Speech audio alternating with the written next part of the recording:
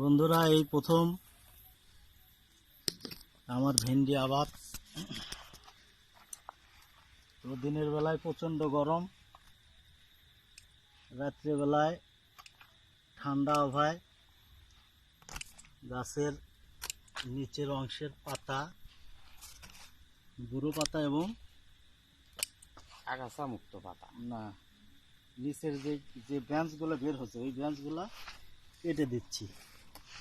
কি কারণে কেটে দিচ্ছেন?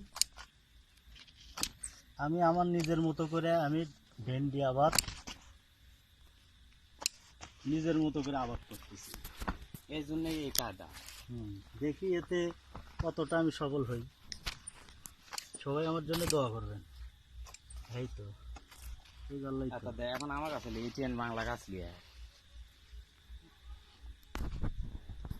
শুধু কৃষক বৃন্দ, আপনি এই মুহূর্তে আপনারা শুনতে পেলেন যে একজন কৃষক তার কিছু মূল্যবান সাজেশন আপনাদেরকে দিল। যদি আপনারা এই সাজেশন অনুযায়ী চলতে পারেন তাহলে মনে করেন যে আপনারা হয়তো কিছুটা হলেও লাভবান হতে পারবেন। আচ্ছা, আমরা আবার ফিরে যাব সেই কৃষক ইয়াকুব আলীর কাছে। এই যে পাতাটা, এটার বয়স একটু বেশি হওয়ার কারণে এই যে পোকা ডিম পারছে, এগুলা চিক চিক চিক চিক করতেছে, এগুলা ডিম, সাদা মাছের ডিম।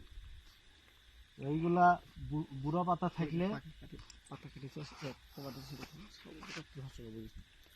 ও তাহলে ভাই ইয়াকুব আলী কৃষক আমাদেরকে পাতার বিষয় বললেন। এখন দেখি সে ভাই আরো কিছু আমাদের তথ্য দিতে পারে কিনা। আমি এই প্রথম আবাদ করতেছি নিজের মতো করে। তো আমি নিজে আগে সফল হই, তারপরে আমার সাথে পরে নতুন উদ্যোক্তারা যোগাযোগ করতে পারেন। আচ্ছা, ঠিক আছে। যোগাযোগের ঠিকানা আপনারা যদি চান তাহলে আমরা পরবর্তী দেব।